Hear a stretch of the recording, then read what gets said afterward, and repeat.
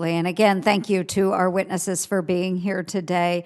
And I'll go ahead and start with the questioning here. And then when Senator Peters, oh, here he comes, when he returns, I'll go ahead and start with my questions. And then, Senator, I'll turn it over to you. Again, thank you very much. This is a very interesting topic, and I think we can learn a lot from the discussion today. To all of our witnesses here, if you could share, how are the AI efforts in R&D coordinated among DARPA, Jake, and the services? And General Shanahan, you had mentioned the synchronization of AI activities, and you had mentioned R&D. If you could all share, how do you synchronize that information? How do you share that information? What are the best techniques in doing that? And Dr. Heinem, if we could start with you, please. So whenever DARPA starts a program, a research program, there's a development of use cases. We seek to understand if we succeed in that program, who cares, who benefits. So that means that our program managers are out talking inside the services all the time.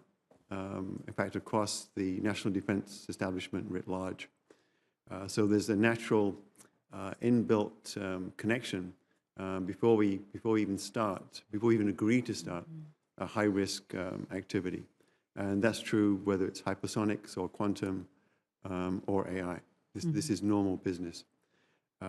Now, in fields like AI technologies, which are software tools with a lot of tail to them, sustainment, deployment tails, I personally, as an R&D guy, am really happy to now have the Jake stand up as a partner to take on that 6.4 and on, that engineering, deployment, sustainment tail, because it's going to make, I expect it will make transitions into practice a lot, not simpler, but more straightforward. I fully recognize just how much hard work General Shanahan and his team are going to have to do to make that end of the business happen. Absolutely. Thank you. So, Senator Ernst, the most important area for us to collaborate with is Jake. So, as I'm sure you recognize, DARPA has a different time frame in mind that we all benefit from being longer term. DIU's time frame is 24 months or less. So we aim to get commercial companies on contract within 60 days and then a prototype fielded within 2 years. And in software, we're trying to go faster than that, a year to 18 months. So in coordinating projects, our strategy with Jake, which I'm very pleased to be in partnership with General Shanahan, is we'll go out and look at what's successful commercially, including vendors, and then if we prototype something successfully, we're the trial, and we want to scale it, then we start working with Jake for what's the infrastructure we need and how would we make that available to all of the services. For example, we're working together now to get a vendor that we have worked with on prototype to get a production contract that will be with Jake, so any of the services can take advantage of that. For our project-based work, we also coordinate with the Vice Chairman of the Joint Chiefs. We have a quarterly meeting with General Selva, not just on AI, but our other projects to make sure we're doing things that make sense to the joint forces. And then we have monthly meetings with each of the Assistant Secretaries for Acquisition, so Army, Navy, Air Force, Dr. Jetty, Dr. Roper, Hunter Gertz, to make sure that what we're working on makes sense with their priorities. The last thing we want to be doing is a lot of independent projects that don't have leverage across the department. Correct. Thank you. Senator, while the number may vary depending on who wrote it, I think in fiscal year 18, the number was 511 projects that had AI as their primary focus across the department. And the question is, are all those 511 projects towards a common end in support of the National Defense Strategy? This question of synchronization is essential to where we're going in the Jake. And it comes down to governance and oversight. And Section 238 of the NDA actually directs governance and oversight for this very reason. We have a lot of work to do in this area. I would like to start by just getting our arms around all of the projects that will come out in fiscal year 20 to understand the amount of funding, what the projects are for, not to threaten somebody's budget. That is not the intent of the Jake, but we owe it to the department and to the Hill and to the public to be able to account for all of those projects and the money that's being spent. So I take that very seriously. We're still in the building phase right now for the JAKE, but we are in early discussions about what governance looks like for the JAKE and how do we bring all of us together to understand what are the projects going towards. A $200,000 research project at University of Michigan may be exactly what we need for a long-term insight into a particular part of autonomous vehicles. The question is, do we know about it at a central level so that the Secretary and the Deputy Secretary of Defense are comfortable about what the department is doing in artificial intelligence? So we take this very seriously, and as Dr. Hyman said, we're also in discussions just between DARPA and us on where is that transition from DARPA ready to field over to the JAKE. And we are in early conversations of that. We don't have programs identified yet. Very good. Well, I appreciate that. And going back to what Dr. Hyman or Heinem said is, of course, who cares and who benefits? I think bottom line, that is a great way to put it. And if you're not sharing information and going through that synchronization, who cares and who benefits? We don't really know. So I appreciate that very much. Thank you. I will step out and ranking member will take over the meeting. Thank you. I will wrap up with just a couple questions, and I do want to thank you for the discussion. We've covered a lot of territory, a lot of very interesting territory.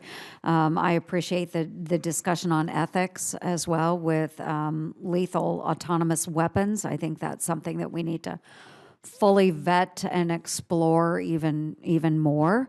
But what I'd like to do is turn back to the more mundane, everyday uses of AI if we can. And General Shanahan, you had, I think, had mentioned some of those uses. Of course, we have companies like Amazon and UPS and Walmart, and they do use AI for those back office types of tasks that you had mentioned earlier. Can you walk us through some of those tasks and where we might be able to utilize AI? And not big, sexy topics, but certainly if we can streamline the way we do business within the DoD, I think this would be helpful. Yes, Senator. When you talk about smart automation, or in the vernacular of the industry, robotic process automation, it's not headline grabbing in terms of big AI projects, but it may be where some of the most efficiencies can be found. That's the case if you read the dailies in industry, whether it's in medicine or in finance.